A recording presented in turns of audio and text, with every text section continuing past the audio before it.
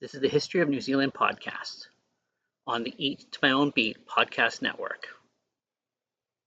Welcome back to episode 10 of the History of New Zealand podcast, the New Zealand Wars. Maori had welcomed Pākehā for the trading opportunities and guns they brought. However, it soon became clear that they underestimated the number of settlers that would arrive in their lands. Iwi tribes, whose land was base of the main settlements, quickly lost much of their land and autonomy through government acts.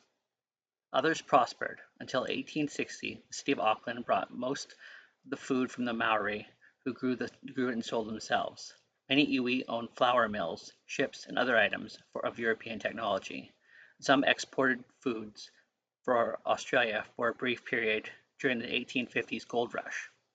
Although race relations were generally peaceful in this period, there was conflicts over who had the ultimate power in the particular areas. The governor of the Maori chiefs. One such conflict was the Northern Flagstaff War of 1840, during when Korakarea was sacked. As the Pākehā population grew, pressure grew on the Maori to sell more land. Land was used communally, but under the mana of chiefs. In the Maori culture, there was such an idea as selling land until the arrival of the Europeans. The means of acquiring land was defeat another hapu or iwi in battle and seized their land. Te Raparura seized the land of the many iwi in the lower North Island and South Island during the Usket Wars. Land was usually not given up without discussion and consultation. When an iwi was divided over the question of selling, this could lead to great difficulties as the waitara. Pākehā had little understanding of Maori views on the land and accused the Maori of holding onto land they did not use efficiently.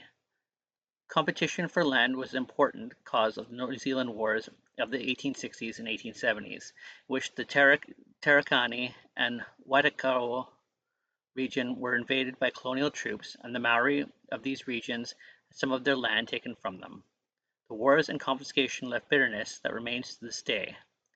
After the conclusion of the wars, some iwi, especially in the Waikato, such as the Ngāti Hoa, sold their land freely. Some iwi sided with the government and later fought with the government. They were motivated partly by the thought of that the alliance with the government would benefit them, and partly by old feuds with the iwi they fought against.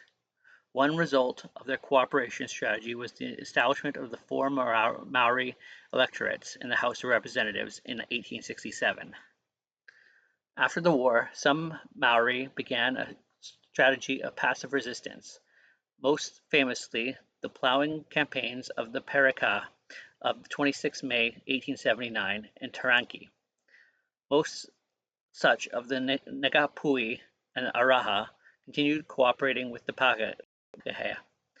For example, tourism ventures were established by Te Araha and the Rotorua. Resisting and cooperating iwi both found the Pākehā desire for land remained. In the last decades of the century, most iwi lost substantial amounts of land through the activities of the native land court.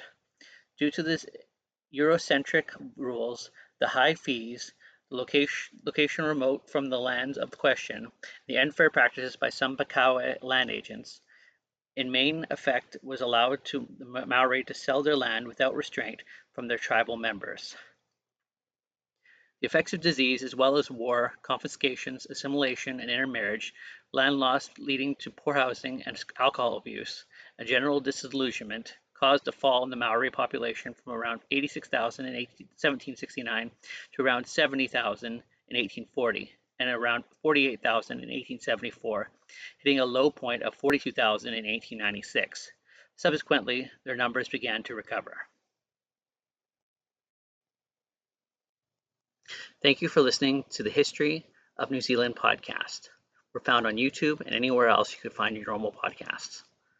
Please like, comment, and subscribe, or find us at www.eattomyownbeat.com.